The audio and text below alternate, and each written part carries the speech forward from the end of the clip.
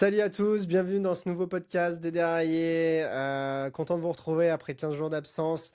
On va être dans une optique plutôt de vous construire quelque chose de sympa cette année qui permettra de débattre peut-être sur les réseaux et de faire vivre un petit peu la communauté. On va bien sûr parler de notre fameux top 5 coureurs de l'année et top 5 coureurs frissons de l'année chez les hommes. Probablement qu'on fera un plus léger podcast chez les femmes dans les semaines à venir. Et puis, bien sûr, on parlera peut-être aussi dans les semaines à venir des pépites à venir ou à confirmer pour 2026. Comment ça va, Clément? Ça va super, content de faire ce sujet, je trouve que c'est assez sympa. Et toi, comment ça va? Ouais, ça va, ça va. Écoute, bonne sortie du dimanche a permis d'un peu de mettre tout ça un peu plus clair. J'ai pensé un petit peu à ma liste. Je pense qu'on va retrouver pas mal les mêmes choses, toi et moi. Je te propose qu'on commence par le top 5 des coureurs de l'année avec notre cinquième position. Ouais, du coup, moi en cinquième position sur les meilleurs coureurs de la saison, j'ai mis Mats Pedersen. Ok. Du coup, je sais pas si j'argumente tout de suite ou si tu donnes d'abord le tien avant de... Ouais, moi je vais mettre Joao Almeida. J'ai beaucoup hésité avec Pedersen, effectivement. La seule chose peut-être qui m'a fait basculer Joao, même si je considère Mats Pedersen dans le fameux 4 fantastique actuellement, peut-être ayant remplacé Wout van Aert tout au long de l'année, c'est le fait que on l'a revu après sur la Vuelta, mais si je me trompe pas, hein. Enfin, tu vois, le fait qu'il ait pas été au Tour de France et que malheureusement les championnats du monde, enfin, n'étaient pas du tout convenables pour lui. J'ai trouvé que ça a manqué un peu de saveur sa saison. Alors oui, il a gagné une classique, oui, il a été efficace sur le Giro, mais par rapport à la continuité que j'attendais de lui par rapport à un Paris-Roubaix frustrant l'année dernière, j'ai été un peu ouais, laissé sur ma faim, alors que Joao Almeida a été bon du début à la fin de saison, qui s'est conclué par une deuxième place sur la Vuelta, derrière Jonas Vingegaard. Il y avait peut-être mieux à faire là, mais bon, il est quand même placé parmi les meilleurs coureurs de course par étape. Donc c'est ça qui m'a fait passer un petit peu plus au-dessus, ouais, c'est le fait d'avoir manqué un peu de Mads à des moments clés de la saison. Bah, du coup, pourquoi moi, Mats Pedersen est rentré dans ce top 5 justement? Alors, il a été en duel forcément avec d'autres coureurs qui auraient pu être à sa place dans le top 5. Mais c'est tout simplement parce que bah, déjà sur la campagne des classiques flandriennes, c'est clairement le troisième homme, enfin le premier homme derrière deux extraterrestres qui Hum, étaient hum, Pogacar et Van Der Poel. hum, Il va faire deuxième sur le Tour de Flandre, troisième sur Roubaix. Il gagne Gent-Wevelgem. Bon, il fait septième de Milan-San Remo. Et après, il y a aussi, il y a eu quand même. Alors oui, il n'a pas participé au Tour de France parce qu'il y avait la volonté de l'équipe Lidl Trade d'envoyer Jonathan Milan sur le Tour. hum. Mais il a quand même été assez régulier toute la saison. Ouais, Alors, il a gagné le classement par points sur le Tour de la Provence. Alors oui, vous allez me dire, c'est pas forcément exceptionnel pour lui, mais il a gagné. Après Paris-Nice, il gagne le classement par points. Il va le chercher aussi sur le Giro et sur la Vuelta. Alors j'ai vu qu'il avait été champion du Danemark du ouais, contre-la-montre. ouais, J'étais passé à ouais, côté de ça. ouais. Du coup, il fait quand même une assez belle saison. Mais c'est vrai que j'ai quand même dû aller me repencher un peu sur son palmarès, sur ce qu'il avait vraiment fait cette saison pour m'en souvenir. Parce qu'à la base, oui, je l'avais pas mis dans le top 5 et j'avais pensé à d'autres coureurs avant lui. Et Ouais, c'est en regardant le palmarès une seconde fois que je me suis dit, ok, il mérite sa place. ouais, je suis d'accord avec toi. C'est vrai que j'ai vraiment beaucoup hésité à le mettre dans le top 5. Comme je te dis, c'est plutôt des carences sur des grosses courses. Je repense aussi, là, maintenant qu'on en parle de cette partie printemps. Tu vois, le fait qu'il ait été absent des débats sur Milan-San Remo alors que Ghana fait deux. Tu vois, c'était peut-être son année, s'il était vraiment en forme, pour aller gagner Milan-San Remo, puisque au sprint, face à Van Der Poel, Pogacar ou Ghana, il n'y a pas photo hein, pour Pedersen. Donc ouais, j'ai trouvé ça juste un peu dommage. S'il avait gagné Milan-San Remo, ouais, je l'aurais mis dedans sans problème. Ouais, je pense. Mais comme je te dis, j'ai dû faire un choix et par volonté d'être un peu contraire à toi sur ce top 5, en tout cas jusqu'au maximum que je puis, bah, je l'ai pas mis dedans. Euh, Peut-être en 4 on va avoir. Je sais pas si on l'a mis sur la même échelle, mais moi j'ai mis Jonas Vingegaard. Bah, du coup, moi j'ai mis. Alors, du coup, toi, Pedersen n'est pas du tout dans ton top 5. Hmm, Moi, c'est ton cinquième qui est quatrième, c'est Joao Almeida, ok. que j'ai mis à la quatrième place. Bah, alors, je vais pas répéter absolument tout ce que tu as dit, mais oui, une assez belle régularité sur toute la saison. Il s'est réussi à gagner des courses par étape d'une semaine. Il a fait un très beau Tour d'Espagne, Et où il a une belle course en Suisse aussi. C'est ça. Il a été quand même en concurrence assez longtemps sur la Vuelta avec Jonas Vingegaard. Donc pour toutes ces raisons, je pense qu'il mérite cette quatrième place. Mais du coup, il n'a pas pu aller sur le podium pour moi parce qu'il y avait plus fort devant. Ouais, ça lui permettra peut-être d'ailleurs de passer un palier pour l'année prochaine. On sait que la UAE vient de se séparer de Ryan Uzo, malgré l'avènement de Isaac Del Toro. Donc ouais, je suis d'accord avec toi qu'il a eu une belle régularité. Moi, j'ai mis Jonas parce que quand on va voir le top 3, je vais expliquer pourquoi. J'ai mis Jonas en 4 parce qu'il a quand même gagné la Volta, que depuis un an et demi, on lui tape dessus alors qu'il a connu un accident quand même très grave en début d'année 2024. Et au final, il fait quand même deuxième deux fois d'un Tour de France. Malheureusement, il n'a pas gagné sur ce tour et c'est bien dommage. Il n'était pas loin, si ce n'était pour Timon Sarensman. Et puis après, il fait une Vuelta où bah, il court à Jonas Vingegaard, Vingegaard, qui est peut-être pas très sûr de lui, tu vois, sur la gestion comme on le connaît. Je pense qu'il a été surpris du niveau de Joao Almeida et au final, il a su creuser là où il fallait. Comme d'habitude, c'est le fameux plan de la Visma sur chaque grand tour. Ils ont deux, trois étapes, ils les font là et puis point barre. Donc, il n'a pas été dominant et c'est pour ça que je ne l'ai pas mis plus haut. Mais par contre, oui, ça reste quand même top 5 quoi qu'il arrive, pour Jonas Vingegaard. Et comme je le disais, dans mon top 3 ça va être très différent, mais moi, mon top 3 je le commence par Isaac Del Toro. La différence, paradoxalement, que je mets par rapport à Jonas Vingegaard, malgré qu'il n'ait pas gagné de grand tour, il est quand même, je crois, à 15 victoires, minimum 16. J'ai un doute. Il a eu une fin d'année, mais monstrueuse. Monstrueuse. Il gagne sa première étape sur un grand tour de manière assez spectaculaire. Il a été acteur de toutes quasiment les étapes du Giro. Malheureusement, erreur de jeunesse et puis peut-être énervement sur l'étape du Finestre, il perd le Giro de manière assez loufoque. Mais sinon, c'était pour lui. Donc moi, je considère limite qu'il l'a gagné, même si sur le palmarès, bah, il ne l'a pas gagné. Mais en fait, je le mets dans le top 3 parce que bah, le numéro un on va avoir le même.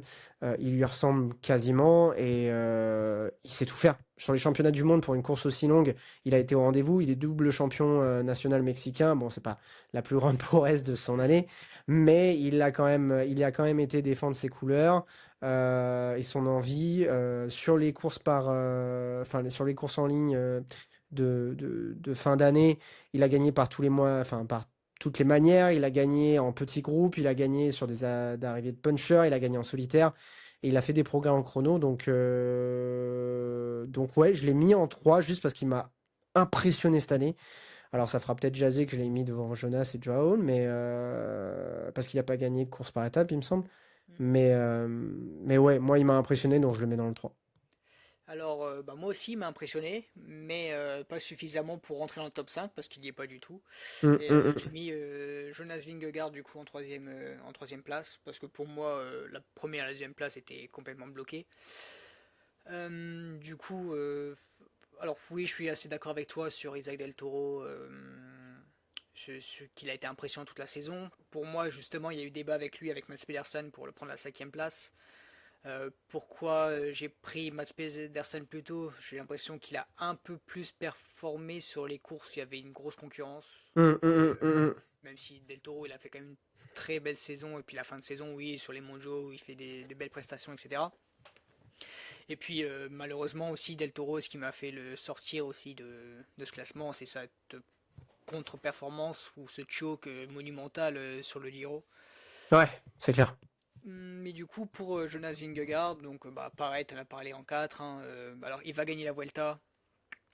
Il a su montrer dans les dernières étapes qu'il était le plus fort et c'est assez facile sur les dernières étapes. En gestion. Hum. Il a montré que finalement il n'y avait pas tant de match que ça avec Joao Almeida. Il fait deuxième du Tour de France. assez facile, même si sur certaines étapes, on s'est dit ouais, Lipovic n'est pas très loin, Oscar Only n'est pas très loin. Au final, il n'a pas non plus été très inquiété sur ces Non, il a premières pas places. tremblé, ouais. Mm. La première était impossible à aller chercher. Il va aussi faire deuxième du Critérium du Dauphiné. Donc oui, c'est juste que quand il a fallu aller chercher la première place face à Onseki, il n'a pas été capable de le faire.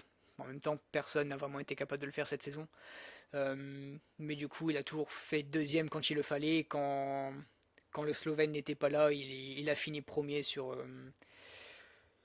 la Les courses. Vuelta. Mm.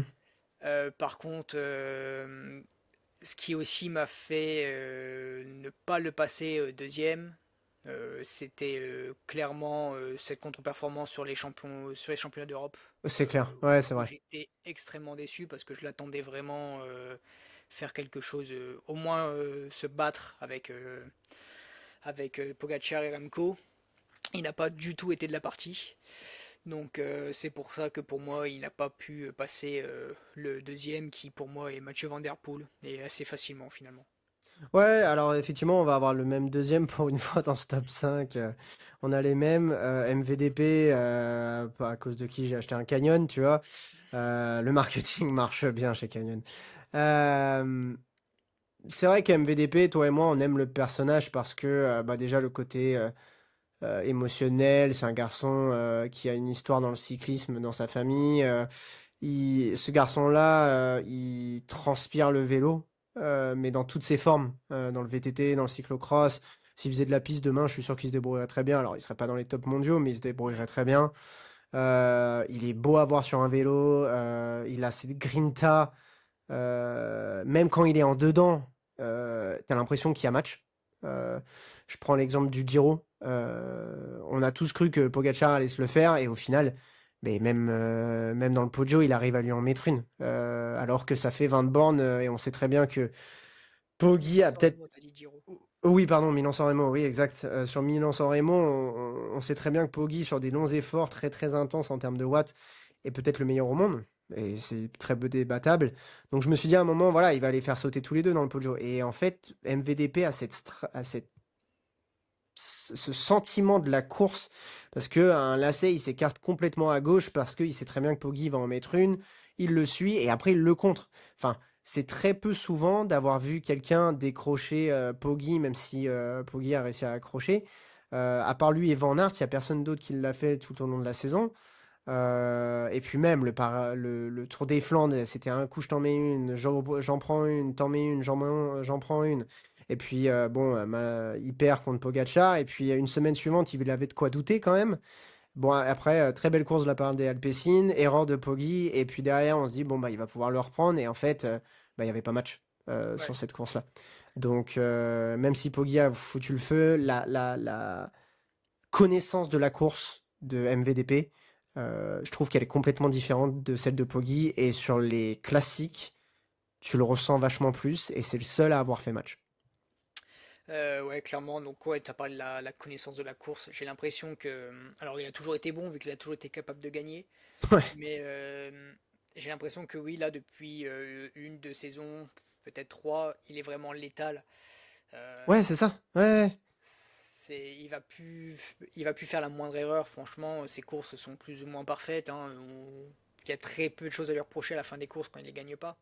Ouais, et encore la seule, je pense qu'on pourra s'accorder sur laquelle il fait une erreur, c'est celle qui perd pour la centième de Poggi sur le tour, et encore, il fait très peu d'erreurs, il prend peut-être le sprint trop tôt et le lead du groupe trop tôt, mais comme tu dis, il est létal, il compte pas ses coups de pédale, mais il a ce feeling de la course. Ouais. Et puis bon bah si on revient sur le palmarès, alors il gagne la première course de la saison par le Samin, donc pas ce qu'il y a de plus beau. Après forcément il y a cette campagne de classique qui est assez monumentale, hein. On va dire que Je crois alors qu'il y a que Pedersen d'ailleurs qui le bat avec Poggi, il me semble. oui sur le Tour des Flandres, Ouais. Pedersen finit devant Van Et Der sur, Poel. et sur le GPE3, je crois, ou Gant Wevelgem, j'ai un doute. Alors non, Van Wevelgem c'est Pedersen qui gagne, sur le Ouais. GP3 c'est Van Der Poel qui Ah gagne. ok, d'accord. Hmm. Euh, C'est alors oui, cette campagne de Flandrienne est juste monumentale.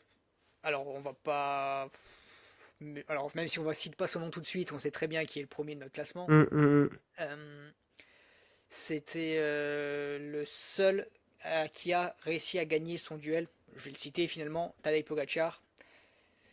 Il a perdu un seul vraiment duel dans la saison, c'est ce duel sur ses classiques. Et c'est Van Der Poel qui a gagné. C'est pour ça que Ouais, pour moi, il est clairement deuxième, parce que quand il a fallu se battre contre Vingegaard, il a gagné. Quand il a fallu se battre contre Remco, il a gagné. Donc le seul duel perdu de Pogacar cette saison, c'est Van Der Poel. ouais, c'est clair. Et puis, alors, lui aussi, il fait troisième du Tour des Flandres, mais on a bien vu, hein, c'était à taille de Pogacar, hop, ça en mettait une avec Van Der Poel. Pour moi, c'est clairement le deuxième homme de ce Tour des Flandres, même si il n'y a rien à. Enfin, Rien à enlever à Pedersen sur cette rien, course. rien enlevé à Pedersen, mais le plus fort à la pédale, je pense quand même que c'était pour le coup Van Der Poel, mais juste, c'est vrai qu'à se battre contre Pogacar, forcément, on crame des cartouches. Et puis là où, pareil, où il classe finalement, qui assure cette deuxième place, c'est qu'il fait un beau Tour de France. Alors il ne le termine pas, malheureusement. Mais il va gagner deux étapes, ou une, je sais Non, plus. je crois qu'il gagne une étape Il en gagne et une et il va porter quatre jours le quatre maillot jaune. ouais, c'est ça, dont une belle étape où Benini va gagner, où il finit complètement rincé pour une seconde devant Poggi C'est sur le ça. jaune. Du coup, très belle saison de Van Der Poel, peut-être l'une de ses plus belles. Pour une fois, il arrive vraiment sur le Tour de France et à gagner et aussi à porter le jaune, ce qui malheureusement, pour le grand coureur qu'il est, n'est pas arrivé si souvent que ça dans sa carrière de faire des belles performances sur le Tour de France. Ouais, c'est vrai.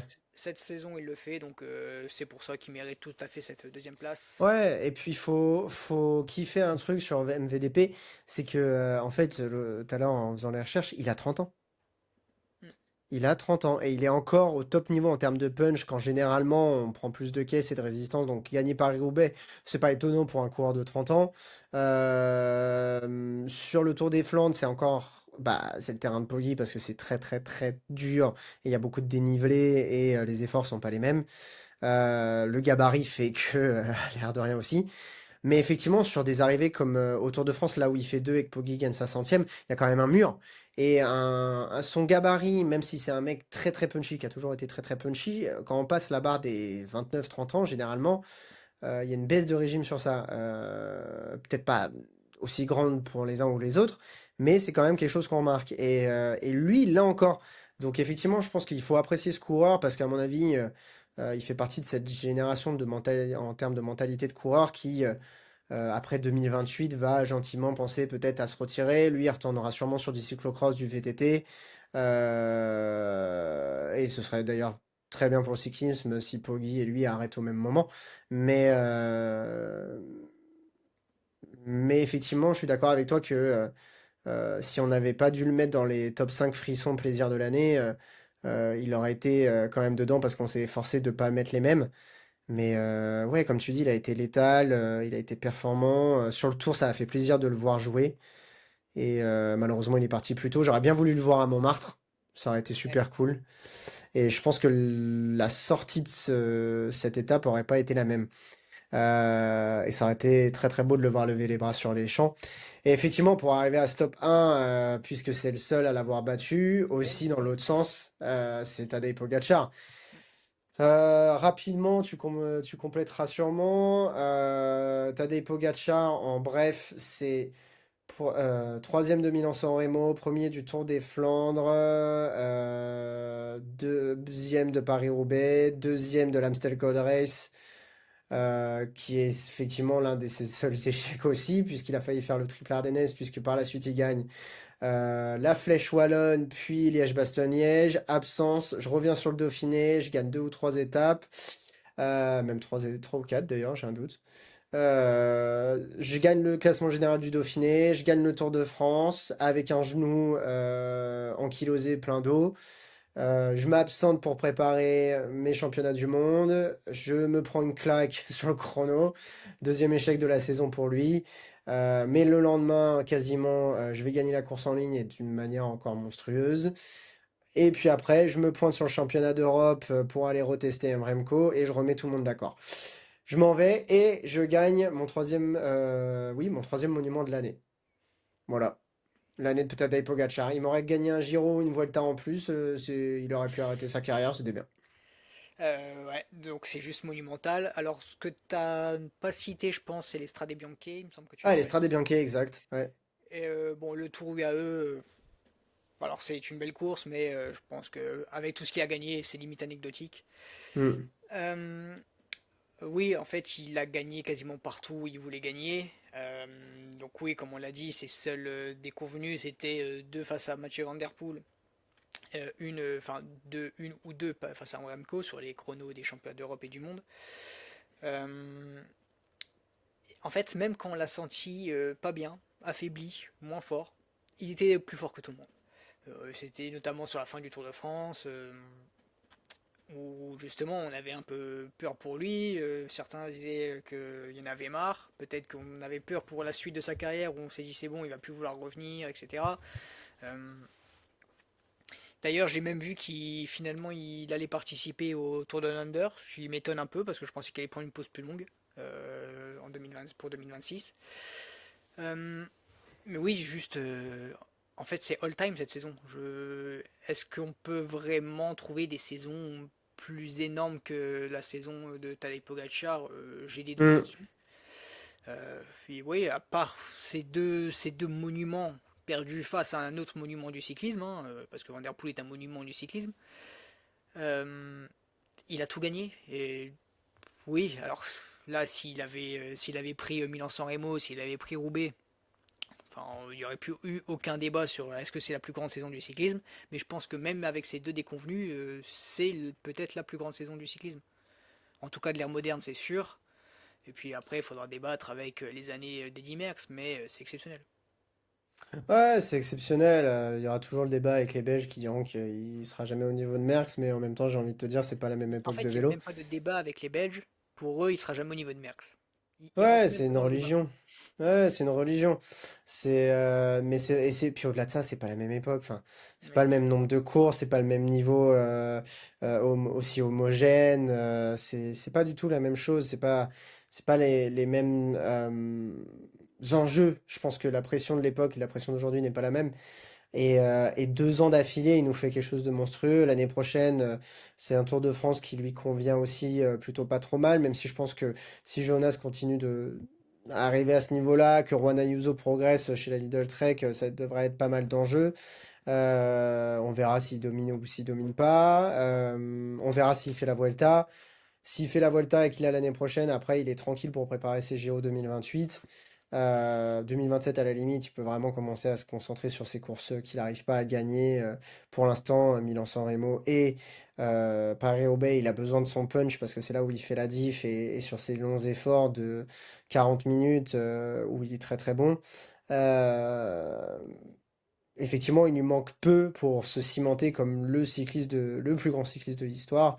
Mais c'est peut-être qu'une question de mois ou qu'une question d'années avant que ça arrive. Mais effectivement, là, les 2 années d'affilée qu'il fait, c'est monstrueux et ça s'est senti sur son corps en cette fin de tour quand on voit l'interview avec Tim Wellens.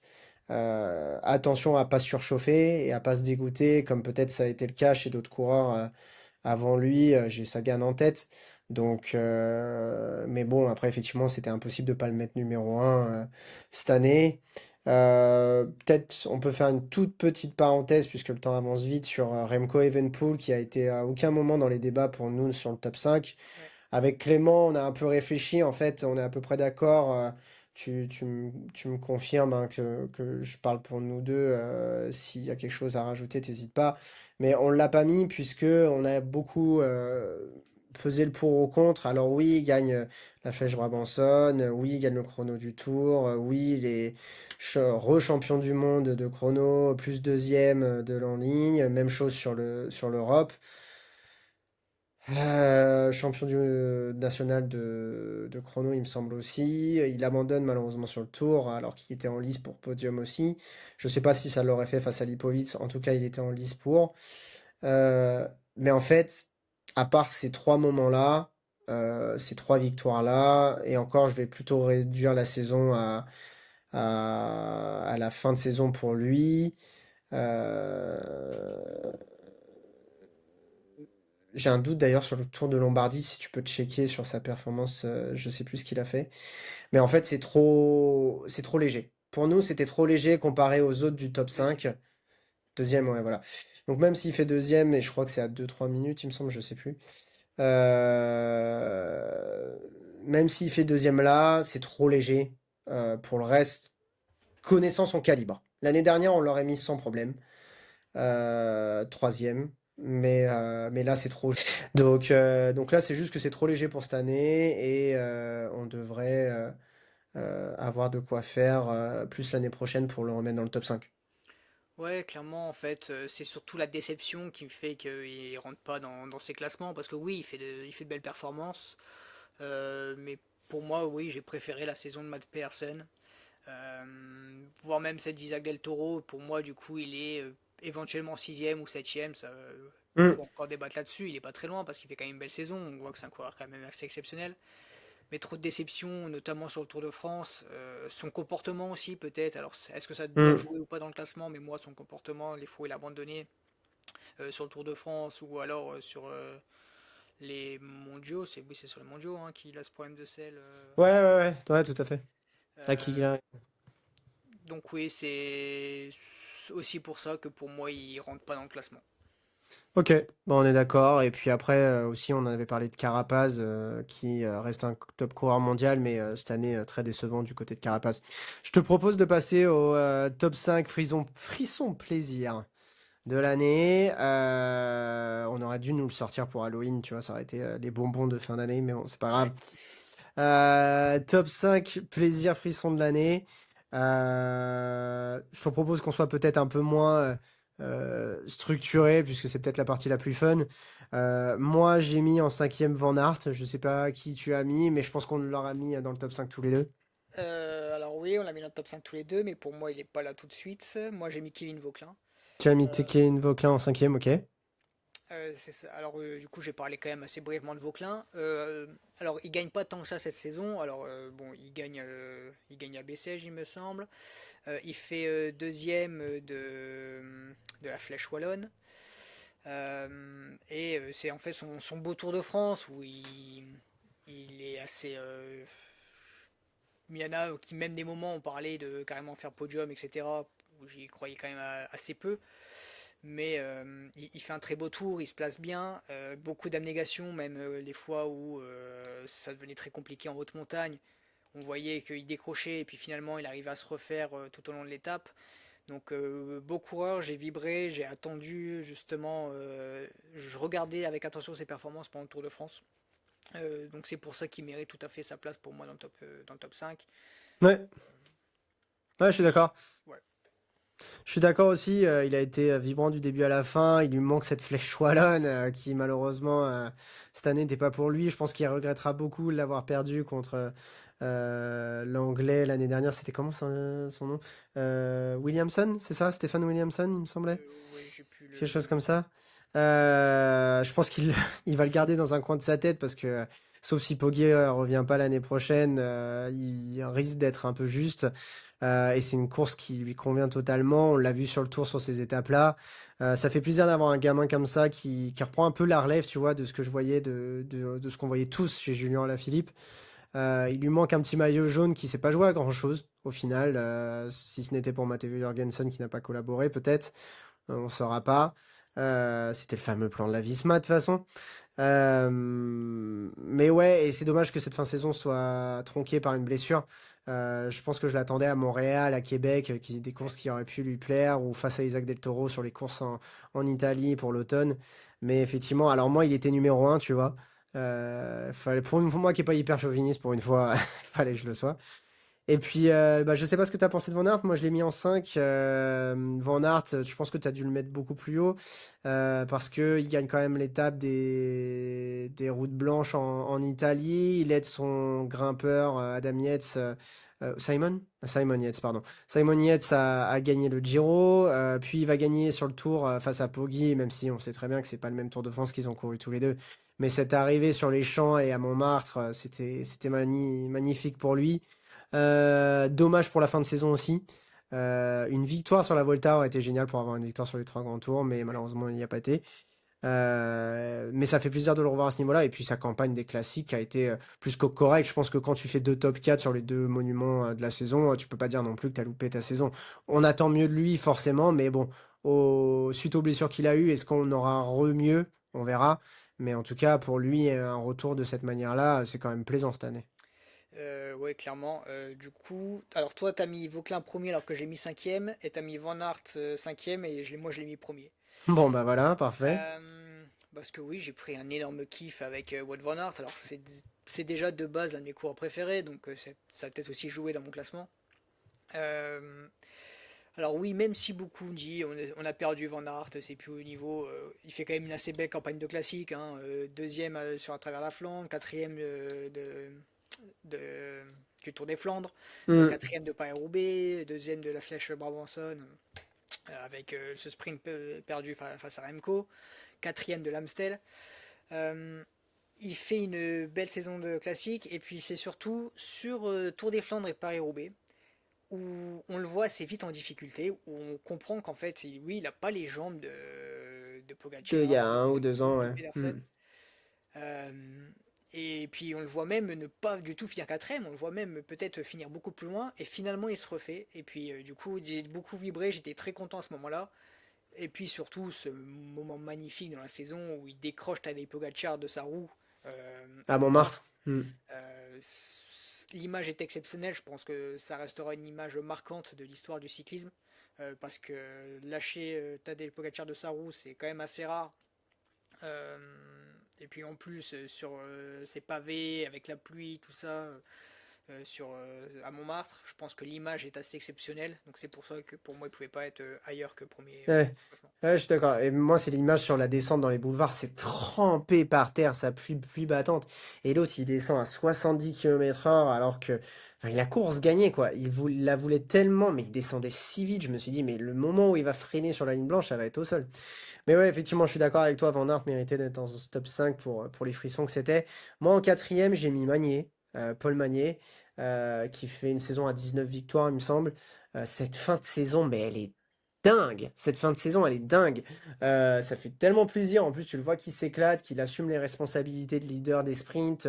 Même quand il n'est pas idéalement placé, il a un sprint tellement puissant. Il a ce sens du sprint. Tu sais, ce sens où il va profiter du momentum. Il va pas attendre que ça déclenche. Il va se dire que même si c'est à 250 mètres qu'il doit être devant parce qu'il a la vitesse et qu'il sent que ça va ralentir, il a ce goût du sprint, cette sensation du sprint. Et ça fait plaisir de voir un mec qui domine comme ça. Alors effectivement, c'est sur des courses de seconde zone, entre guillemets, hein, avec des grosses guillemets. Mais il bat quand même pas des idiots, hein. Il a Ouais. battu les Bols, il a battu comment il s'appelle le mec de la Bora Red Bull là? Jordan Jordi Meus. Meeus. Jordi Meeus. Donc qui a gagné sur les champs. Donc voilà, ça fait plaisir de l'avoir là. Je sais pas où tu l'as mis, mais moi je l'ai mis 4. Alors moi, il est troisième. Alors je suis d'accord avec toi. Le fait qu'il soit 3, c'est peut-être aussi le fait qu'il soit français, hein, ça lui a peut-être fait gagner une petite place dans mon classement. Euh, mais en fait, c'est ça, c'est un coureur très jeune et capable de gagner. Et puis surtout cette fin de saison où il prenait toutes les étapes qu'il pouvait prendre. Dès que l'étape était pour lui, ou qui correspondait à son profil, il la prenait. Et ça, c'est Hmm. quand même quelque chose d'assez exceptionnel. On parlait tout à l'heure de Van Der Poel qui était létal. À son niveau, face à des adversaires certes un peu moins forts, mais quand même pas dégueulasse, hein, tu en as parlé, il a été létal. Et donc c'est pour ça que pour moi j'ai kiffé. Et puis alors j'étais au boulot, je ne pouvais pas forcément voir les courses en direct, mais à chaque fois on voyait le notif arriver, Paul Magnier, victoire. Quatrième victoire consécutive. Ouais, Et du coup des fois on se demandait même si on n'avait pas reçu un notif de la veille. ouais, c'est clair. Donc c'était assez fou cette fin de saison de Paul Magnier. Mais du coup, non, moi en quatrième, ben, j'ai mis Isaac Del Toro. J'ai profité du fait de ne pas l'avoir mis dans le top 5 des coureurs de l'année pour le mettre dans ce classement parce que oui, il m'a fait kiffer. Notamment sur ces mondiaux où il a suivi Pogacar. Parce que alors des fois on peut considérer que ça peut être une erreur de suivre Pogacar parce que forcément on se crame. Mais en même temps, je préfère regarder des coureurs qui tentent, quitte à se cramer, plutôt que de ne pas le faire. Et puis le niveau, quelle fin de saison, comme tu t'en as parlé tout à l'heure, c'était assez exceptionnel. Et j'ai bien aimé aussi que sur le Giro, il arrive. Alors, il a choke. Après, c'est dû à son âge, hein, on va pas non plus. Hum. Peut-être qu'il regrettera la fin de sa carrière parce qu'un grand tour dans le classement, dans ta Tu peux peut-être pas legacy, le gagner tout le temps, ouais, c'est voilà, clair. c'est ça. Mais il arrive sur le Giro, le leader annoncé c'est Ryan Uzo. Et puis au final, très vite, Isaac Del Toro dit non, non, ce sera pour moi. Et puis il s'impose clairement en tant que leader de, de cette équipe UAE, au moins sur ce genre de course, quand Pogacar n'est pas là. Et je pense que la UAE est tout à fait d'accord avec ça au vu des performances et de ce que Del Toro montre. Donc c'est pour ça que pour moi, il est clairement quatrième. Ouais, je l'aurais mis là aussi, effectivement, si on l'avait pas, si je l'avais pas mis dans mon top 5 coureurs de l'année, notamment par aussi les manières dont il gagne les classiques d'automne en Italie, c'est toujours avec la manière et lui aussi il a cette grinta de Pogacar, c'est-à-dire que quand il y va, il sait pas pour se retourner et se dire ah merde, qu'est-ce que je fais maintenant? Il est très très bon dans ce qu'il fait dès le premier jour où il a mis ses pieds sur le circuit professionnel en Australie. Il continue à progresser d'année en année et ça, c'est reste à suivre parce que je pense que il y a de quoi faire avec lui. Et maintenant qu'il n'y a plus Juan Ayuso chez la UAE, il va prendre encore plus d'envergure. Donc l'année prochaine, on va le revoir sûrement sur le Giro face à Jonas ou sur la Vuelta, peut-être pour changer si Poggi décide de retourner en Italie. Bref, plein de variables possibles. Moi, j'ai mis Pedersen puisque bah, du coup, effectivement, j'ai la chance de ne pas l'avoir mis dans le top 5. Pour un moment en particulier, bon, non, plusieurs moments, effectivement, le moment où il a battu Van Der Poel sur, sur une des classiques flandriennes, même si effectivement il fait deuxième sur le Tour des Flandres et on le met peut-être un chouïa en retrait de Pogacar et Van Der Poel, il a quand même eu des moments où il a attaqué, sur toutes les classiques qu'il a participé, il a voulu, il a attaqué de loin, d'ailleurs même trop loin, il l'a remarqué sur le, je crois que c'est sur le 3 où il dit je fais une bêtise monstrueuse en me lançant à 80 km alors que on était encore en force. Et il a appris de ça sur les courses suivantes. Et une image que j'ai en tête, bon, au-delà de la Vuelta qui est réussie, c'est sur le Giro qui est réussi aussi, c'est le sprint face à Wout van Aert en faux plat montant. Je crois que j'ai vu les stats l'autre jour sur 1 minute 15 d'effort à bloc sur ce faux plat montant. Il bat Van Aert d'une demi-roue, d'un demi-vélo, et t'as Pogacar. Del Toro qui fait troisième à 10 mètres. Et je crois que les stats mais de watts sont monstrueuses. Je crois que les deux, ils sont à plus de 830 watts sur 1 minute 15. Tu les vois, lui, il est dans les mains sur dans le cintre, l'autre, il est les mains sur les cocottes. Tu vois le sprint, c'est pas au ralenti parce que ça va tellement vite. Mais sur ce faux plat montant, je crois qu'ils sont à 40 km/h. Tu vois tous les watts, tous les muscles se contracter. C'est impressionnant, ils sont côte à côte. Cette image-là, elle m'a fait grave kiffer. Et en fait, je trouve que c'est hyper parlant de Pedersen. C'est-à-dire que c'est un mec qui va se donner pour l'équipe quand c'est pas lui le leader, mais par contre, quand il est là, il va rarement se louper.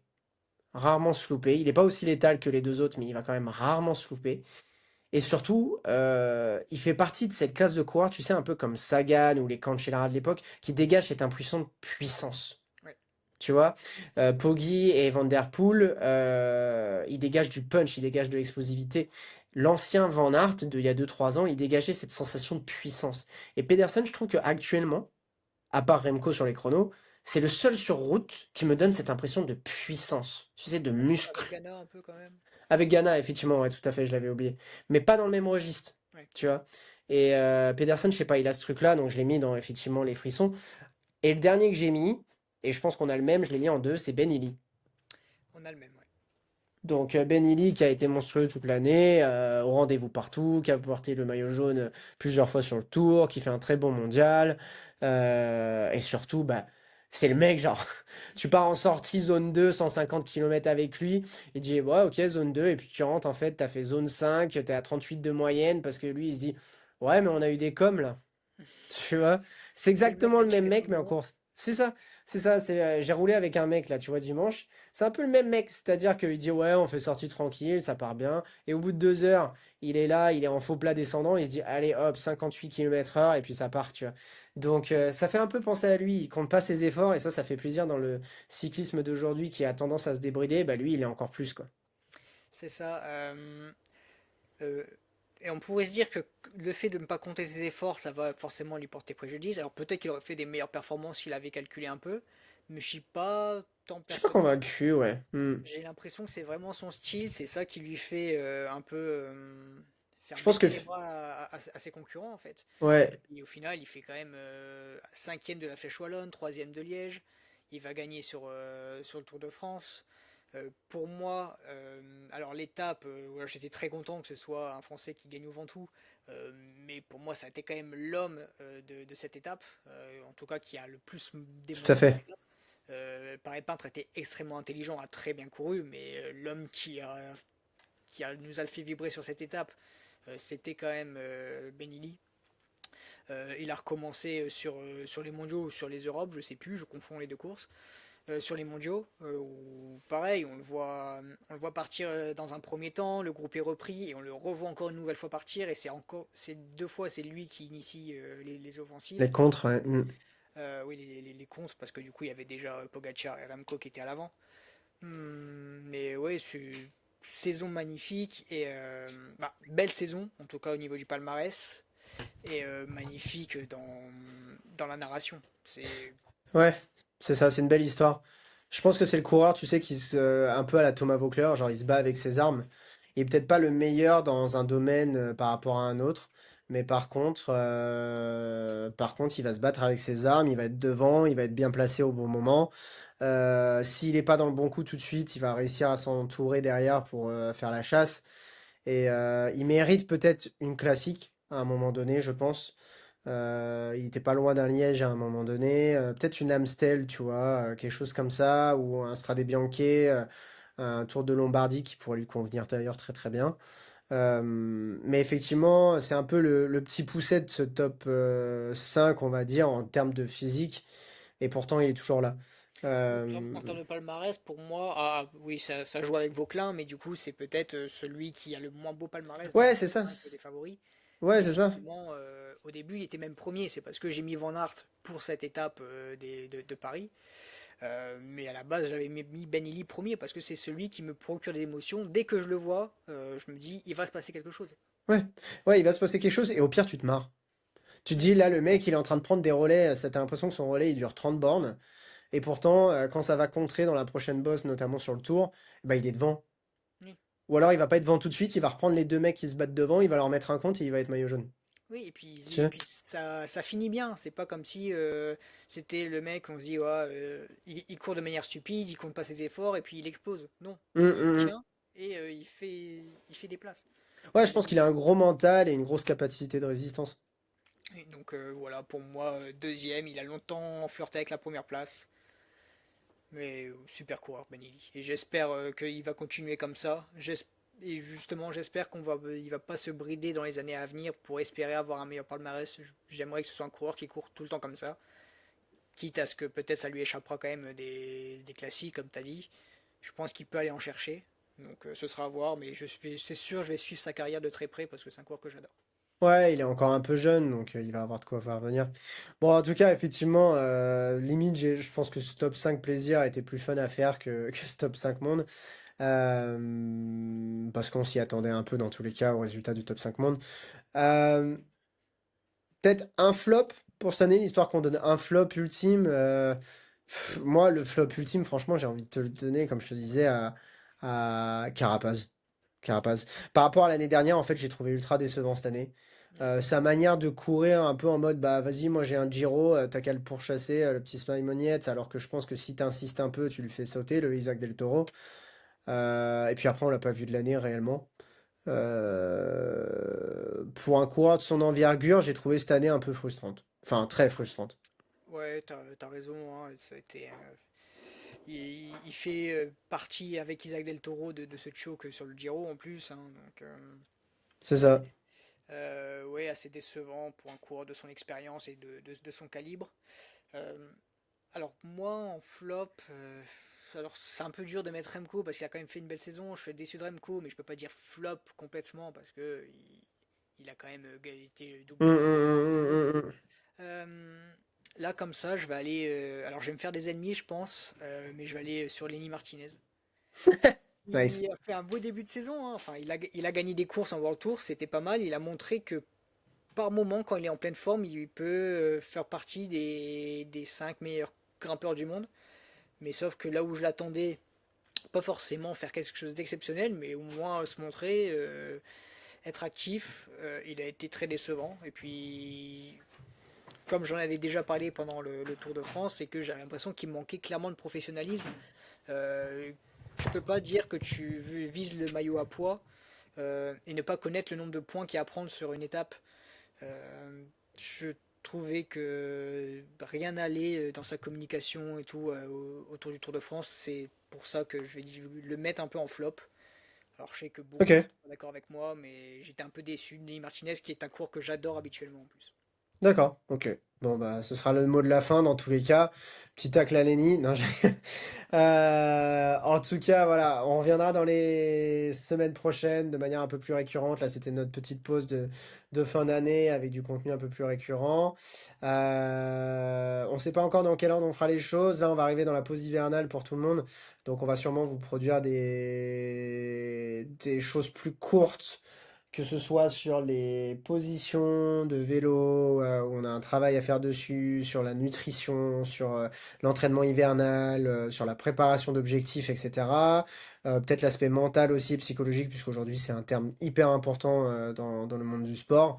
En tout cas, voilà, on doit bosser sur plusieurs choses, donc ça viendra au fur et à mesure sur des formats sûrement beaucoup plus courts, ou en tout cas des thèmes bien précis sur des podcasts plus courts. Merci encore de nous avoir écoutés. On espère que ces deux top 5 et ces annexes vous feront un petit peu réagir dans ce qu'on va publier sur les différents réseaux. N'hésitez pas à suivre donc le compte TikTok, le compte Instagram, la page YouTube. Ça fait toujours très plaisir parce que c'est là où le principal du contenu est. Et voilà, on a cru comprendre que nos contenus vous plaisaient plutôt bien. Et des choses viendront aussi plus sur le cyclisme féminin à l'avenir. Voilà. Merci à tous de nous avoir écoutés et n'hésitez pas à nous contacter donc sur les différentes plateformes des déraillés. Salut à tous. Salut!